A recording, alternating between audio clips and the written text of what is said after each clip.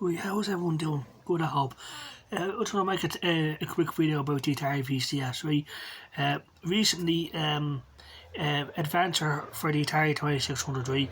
We bought that from the Atari VCS store, and for some reason, look, I can't use the joystick or the VCS controller wordlessly, And same thing with Combinera, I can't use the Atari VCS controller wordlessly,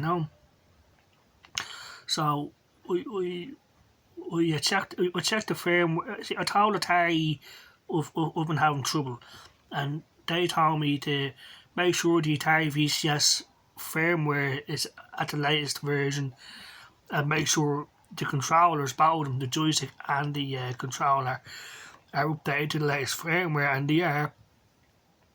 And I told them I'm still having the same issue. I can't play Adventure for the 2600 wordlessly or Combinera.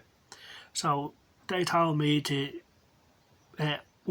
uninstall both games and delete the save data for both games.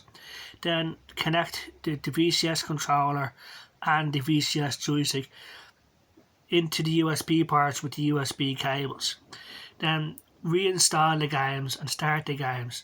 And once you start the game, you can take out the USB cable from the controller or the joystick and it'll work, Well, it worked for Adventure, but it didn't work for Combinera.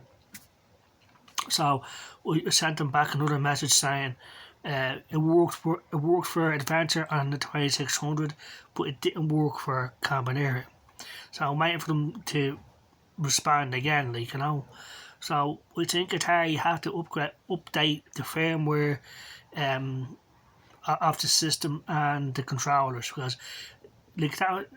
they're aware of this problem, because the first thing they suggested was to update the firmware. So I hope they get around to doing that, because it needs it, So yeah, I hope they do that soon. So, because I'm sure other people are going to have this problem, and they'll be more angry about it than I'd be, But I believe in being nice to people. If you're nice, they'll help you out. If you start roaring and screaming at them or treating them like shit, they won't do anything for you. That's just the thing. The systems will have problems, the Atari VCS is no different. It's going to have technical issues, but be nice about it, because these people it's their job to help you, and it helps to be nice. That's all I'm saying, Yeah, so hopefully Atari update the system, the controllers, because it's not just see, I told them this in the past before with the recharge games, same story, I can't use the joystick or the controller wordlessly, but they told me to do the same thing for those games. See, here's the thing: we like Centipede recharged, Asteroids recharged. They told me to do the same thing. Make sure the system and the controllers are updated to the latest firmware. Plug both of them in with the USB cables. Then uninstall the games and delete their save data, then reinstall the games. Now it works, but as soon as it works, right? So Centipede recharged, we did the same thing. We uninstalled the game, we deleted the save data, we plugged both the controller and the joystick into the port, or restarted the game, and it worked. We could take out the cable and it will work. But as soon as we went back to the dashboard, as soon as we exited the game and went back to the dashboard, while the VCS controllers works, we'll go back in, the same thing happens again. I can't start the game. So every time, if we want to play Centipede recharged with a wireless joystick, I have to keep uninstalling the game and delete the save data and plugging in both controllers.